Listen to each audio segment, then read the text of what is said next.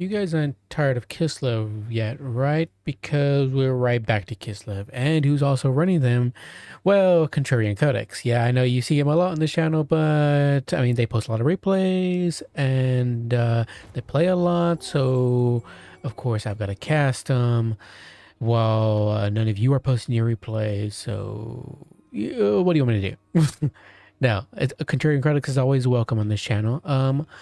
And I hope you guys like to see their builds as well. Anyways, two of my more favorite factions in this game. I love the Lizardmen, obviously, and I love Kislev a lot.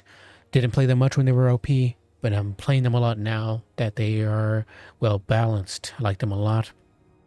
But anyways, let's go into the armies. We have a staple. I can't talk about them anymore. It's getting ridiculous at this point how much I see them.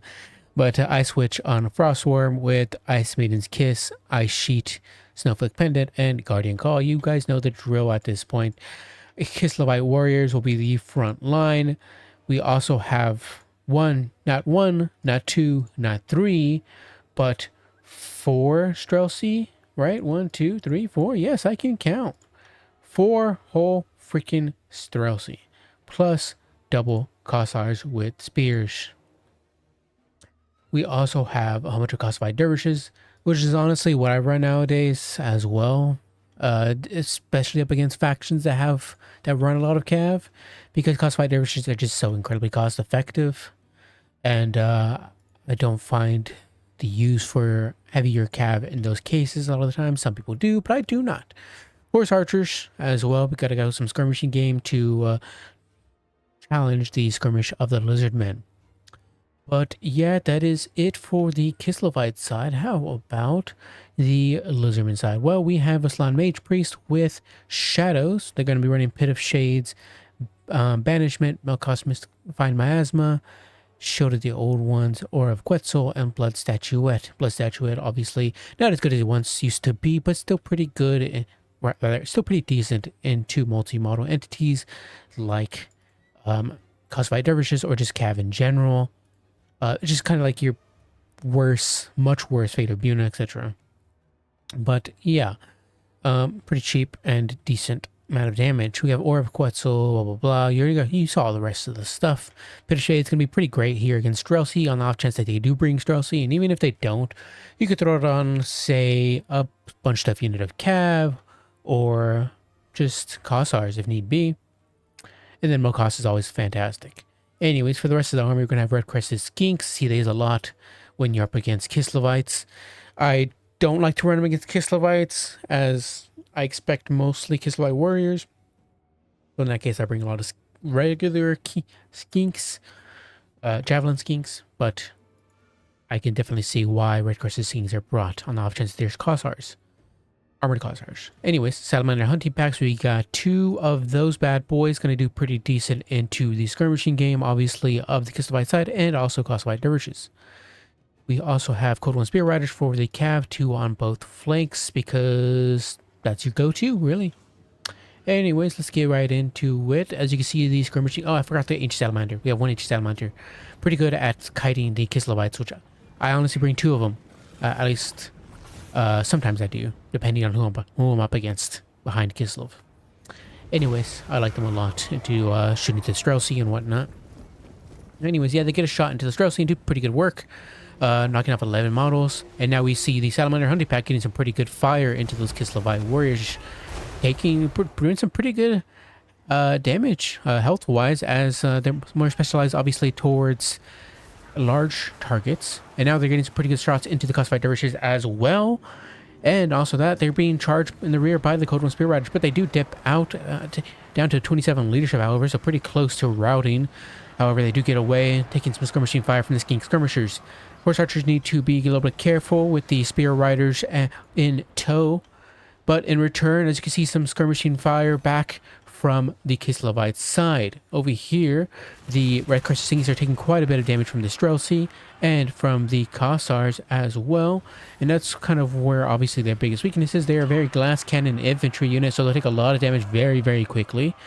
Kislevite warriors to try to screen out the Cold One Spear Riders who are chasing down the Kislevites dervishes, and they do somewhat screen them out, but the Kislevites dervishes do take a lot of damage in return and are probably going to rout as soon as that invulnerable, or rather unbreakable status goes away. They do get a recharge on the Cold One Spear Riders in the meantime before that happens, and they do finally end up routing, but Kislevites dervishes are taking so much damage from the Spear Riders at the moment.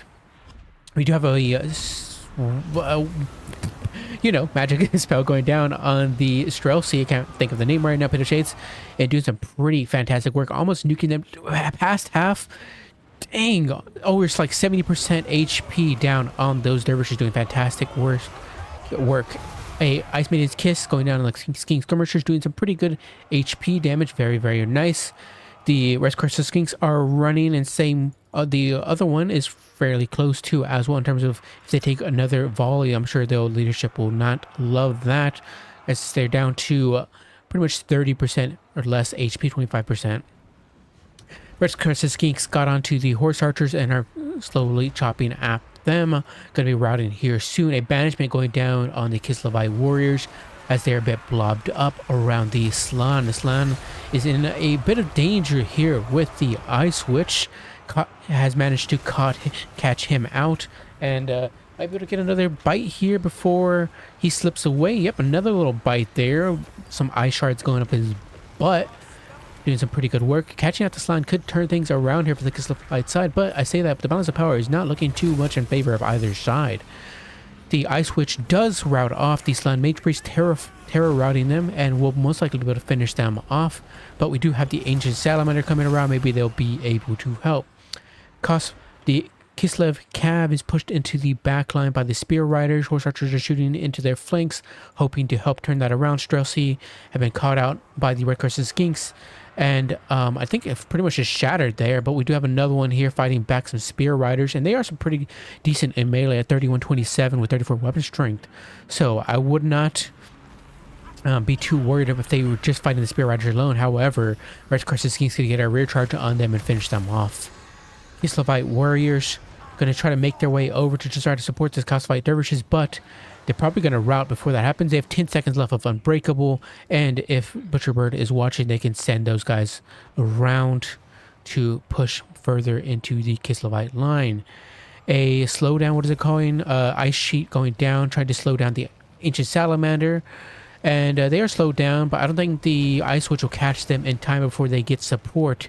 In the meanwhile, the Kislevite warriors are taking some shots in the flank from those Salamander hunting packs, not doing as much damage because they're at max range at the moment. Ice Maiden's Kiss going down on the Red Crescent Skinks, doing some pretty good work, though they are stabilizing in terms of leadership. A massive crossfire coming in here from the Salamander hunting pack and the Skink Skirmishers on the Ice Witch. Is she susceptible to fire damage? I don't think she is, but she does have a bit of missile resistance, which is pretty nice at 25%. She's going to push past the Spear Riders to try to envelop her and get on top of the Salamander hunting pack because she needs to shut those guys down, as she's taking quite a bit of damage from them, and she really needs some support, maybe from the Horse Archers, or maybe take these guys off of the skirmishing and either send them into melee with the Ancient Salamander or over to support shutting down those Salamander hunting packs. Maybe even shutting down the Skink Skirmishers could be pretty good as well, because that poison is paying pretty good dividends. And even though they don't have a lot of armor piercing, at only 2, it still adds up into shooting at the Ice Witch. But I think she's got a good handle on it right now, as the Salamanders are terrible in melee. The Spear Riders are pretty badly beat on only 19 models, but obviously supporting her is your best bet. They Streltsy have routed off, only 31 models left. And wow, so little HP despite how many models they still have left. That is incredible. These Horse Archers do get caught out, holding back the brunt of the Red Crescent Skinks and the Cold One Spear Riders. However, thanks to that unbreakable status, that's why you can find them. That's why you can find them so incredibly cost effective. The cheaper Kislevite Cav, just because they hold on for so long. But either the Kislevite warrior, Kislevite side is going to bow out, or the Alliance is going to kick in. I'm not sure. I wasn't paying too much attention, but either way, I think the Lizardmen did have that in the bag, despite the status of the Ice Witch. Rather, despite the power of the Ice Witch, there were just too many units there that could just slowly kite her and finish her off before she could eventually shut down those salamander huntingpacks or the more dangerous units of the Lizardmen side. But yeah, let's take a look here. Let's see here. So 2152 here on the ice switch, doing pretty good there. I mean, again, self-explanatory, fantastic. Check out the slan. Even if the slan wasn't the major issue, obviously slan are pretty dangerous, but one of the bigger dangers was the ranged units of the Lizardman side. Obviously, they can't get themselves too caught up in chasing those guys down because she will take a lot of damage in the meanwhile. So taking out that slan and her ice witch magic as well did pretty fantastic into the infantry of the Lizardman side as well, with those nice ice maidens kisses and slowing them down with the sheet of ice. I think it's called ice sheet. I'm actually not the biggest fan of ice sheet because it's only 25%. Obviously it's relatively cheap, so I think it's worth bringing for sure if you have a lot of Streltsy. But obviously if you were going like full Cossars, I wouldn't bring it. But in this case, pretty good because you need it to catch things out with the Streltsy. And say if you threw it down on, I don't know, maybe a salamander hunting pack while you're chasing them down, or throw them down on spear riders and get a nice volley in with the Streltsy. My issue is just that a lot of the times, it'll maybe get you one volley off eventually once you cast that ice sleep because it's only 25%. So, I mean, if you couple that with the frostbite of the ice worm, I think that could be pretty good. Yeah. Just on the off chance, like if you want to throw it in your back line, you need to stop the advance of Cav getting onto your back line.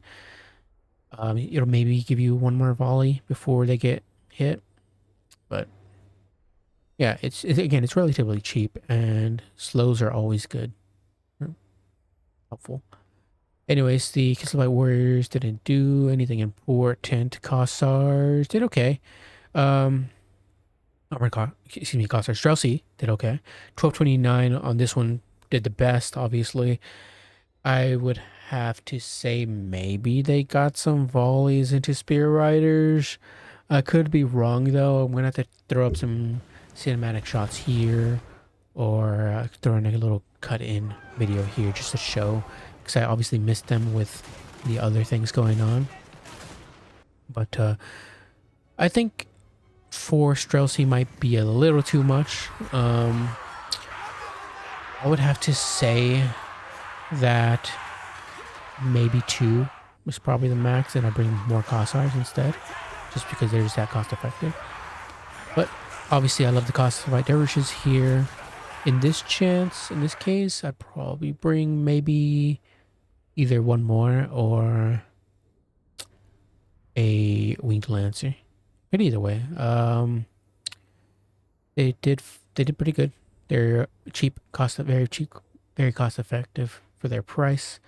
990 here on the Shadows caster. I imagine maybe it's probably the Banishment and the Pit of Shades. I possibly could have missed the mill costs, but you don't build up value that fast with mill costs. You build up value much faster, obviously, with like a good Pit of Shades or Banishment. Mill costs is more like a long run type of scenario in terms of value, just like with Block of Doom, etc.